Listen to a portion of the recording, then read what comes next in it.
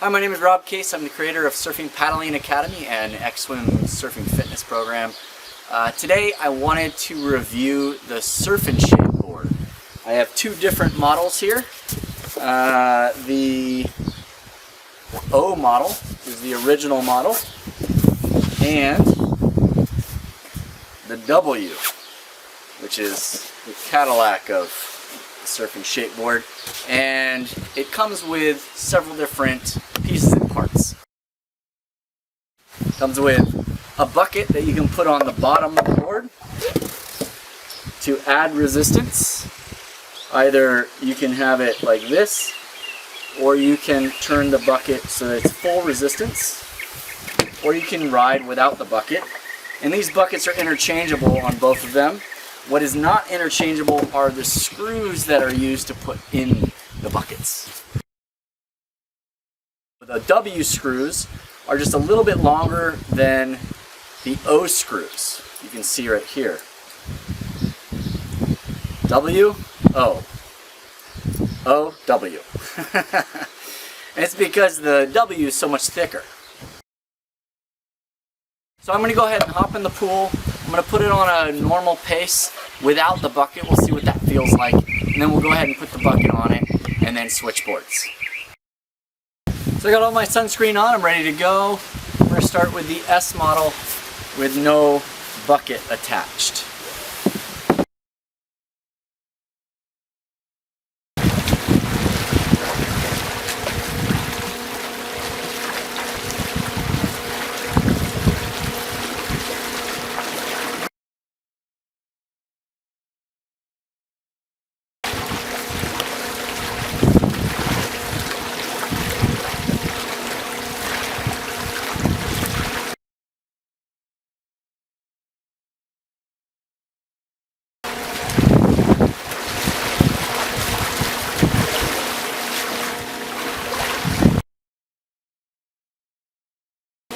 That was on the 110 pace. I'm going to speed it up.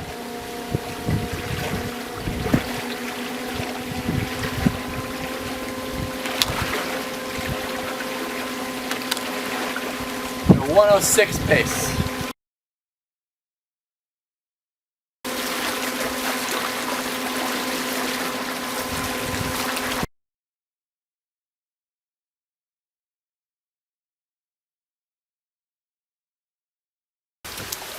Alright, so without the bucket, it does a pretty good job. It doesn't track the same as a surfboard, obviously, because you don't have the fin. It has a lot of yawing action from side to side, especially in this pool where frontal drag is emphasized. But you know, without the bucket, it's pretty good. It also doesn't roll like a normal surfboard, and that also has to do with the non-tracking of fins. So what we'll do now is we'll try it with the bucket. I'll go ahead and show you how it gets put on there. So I have a blue and a white bucket. I'm just going to put the blue one on there, exactly the same. It's pretty simple. I'm going to go ahead and put full force on there. You can also turn around this way, and it has a little bit of resistance. But I'm going to go ahead and do full force. So I'm going to got my screws here are the washers. It's actually really simple to put this thing in. Pop it in like that. Pop it in like that. Go ahead and hold it so it doesn't fall out. And then you just line up right in there. And we have these screw tops.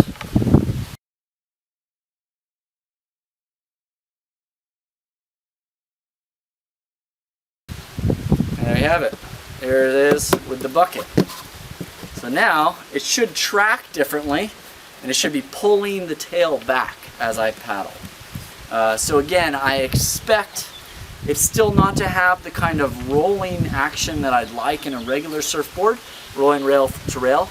It should do less yawing because this is holding it back, and I should definitely feel more resistance. So I'm going to go ahead and try and use my regular paddling technique, where I'm paddling out for long distance versus a sprint or a power paddle to start, and see if I can just stay with the pace. And then I might transition into my paddle my power paddle if that's not working.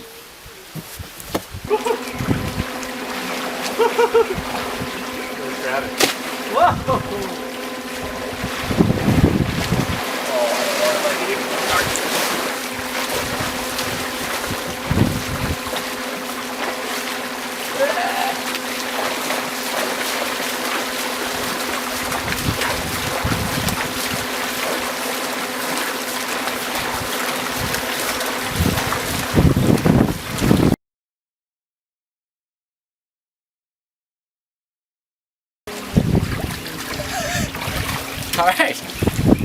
All right, well, there you have it. I don't know if you saw that, but right when I put it in, boom, it went right to the back of the pool. Immediately grabbed that water and brought it back. I tried to use my regular paddling stroke, and I really couldn't keep up with the pace that we were running at with the bucket on there. It really grabs back. So I had to go into my power paddle, which when you're in the power stroke and you're sprinting or using that 4th, 5th, and 6th gear that I teach, you can't keep it for very long.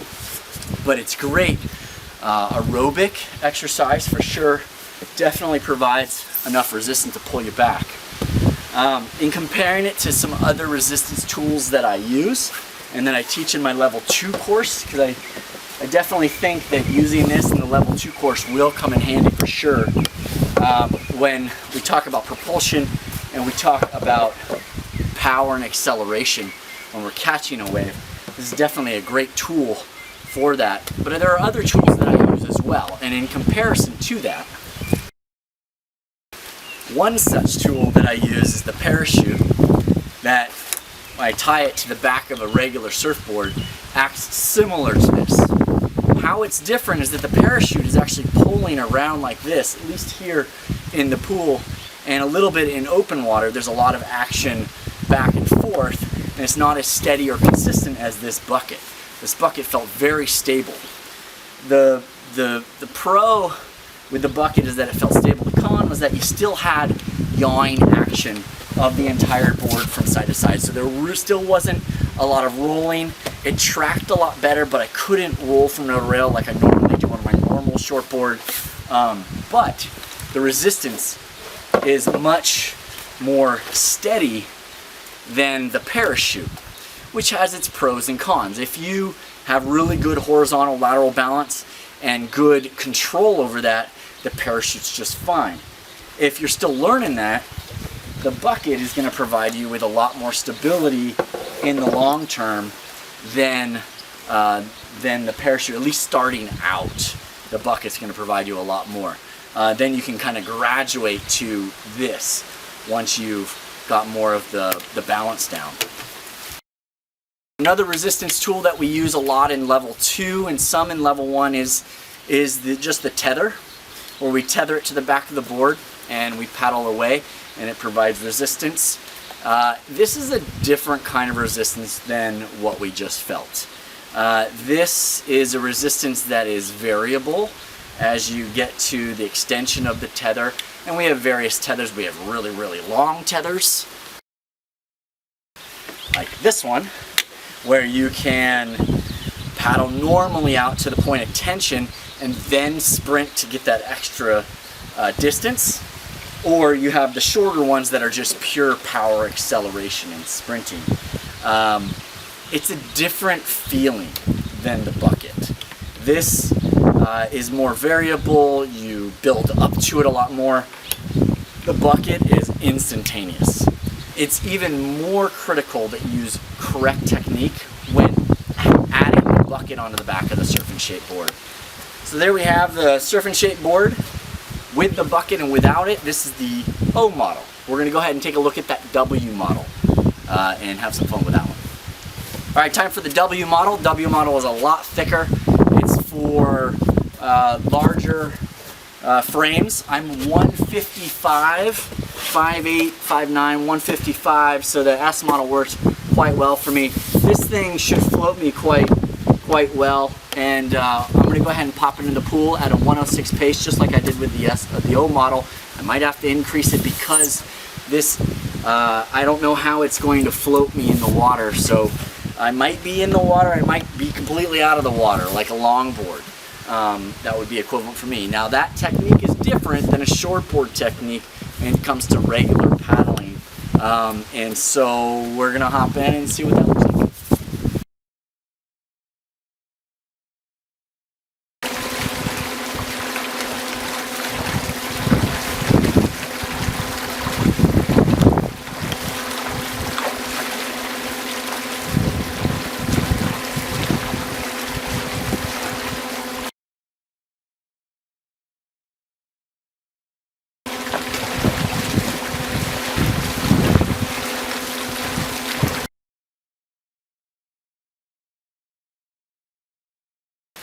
So just hopped out. O model definitely acted more like a longboard for my frame, but at the same time, because the water line's so short, if you're a bigger surfer, you could use this to practice shortboard technique because of the shorter water line, as long as your body's submerged in the water with this. It's all going to depend on your weight to volume ratio of this board. So for me, you can see I was pretty much out of the water. That means I could go with shortboard technique if the water line's shorter. I could use longboard technique. You saw me vary my technique a little bit there. The longboard technique actually worked more effective. I could actually glide a little bit with it, despite it not being very long, simply just because of the buoyancy. So what I'm going to do is I'm going to stick the bucket on the back of this thing, and now we're really going to see. I didn't change. I was overpowering that 106 pace, but I'm not going to change it based off of what I learned about with the O model, really slowing me down. I'm not going to change the pace. I want to see how this reacts with the pace being the same, and then maybe we'll speed it up. So here we are. We've got our bucket. I'm going to go full force on the bucket. I'm not going to turn it around like this. Again, you can try both ways. This is a little bit less resistance. This is full resistance. I'm going to go full resistance. I got my longer bolts. I'm going to pop through back there. So they stick through. There we go. Put my bucket on. And then ratchet it down with these handy dandy hand tightening nuts. Pretty simple. Easy breezy, so you can switch it pretty quick while you're using these. Great design. Alright. There it is, full bucket. This is the W. Let's see how it goes.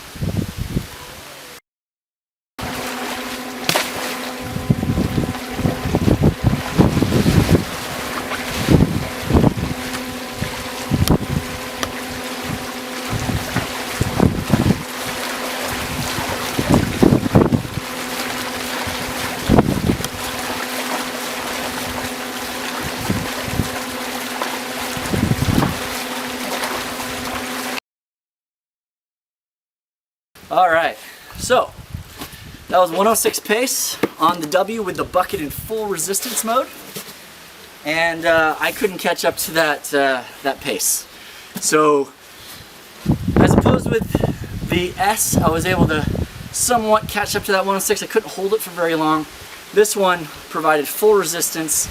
I definitely couldn't even catch up to the pace, and it had more buoyancy and volume than the S. So, you know, I think all in all, these two boards here, these are a great training tool. But again, I emphasize good technique.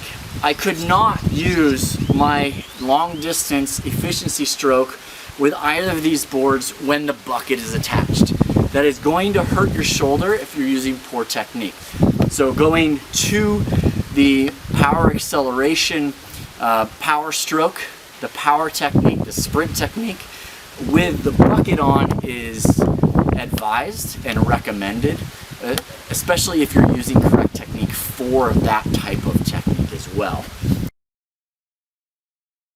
For the surfer that can take this to a pool and use it, it's going to provide a great workout. It's going to provide an opportunity to work on technique for both the S and the O model, whether you're a shortboarder or a longboarder. If you're a little bit heavier and you're a longboarder, the W is about as close as you're going to get. It's not going to be exactly the same, but you can certainly practice the correct technique for a longboard on this, and you can even practice the correct technique for a sprint on the O model as well. Yeah, I think for the surfer that can't go paddle on the regular board out in the ocean, and possibly use a parachute to slow them down for resistance, or if they're just learning technique, these are great boards. If your pool allows it, bring this.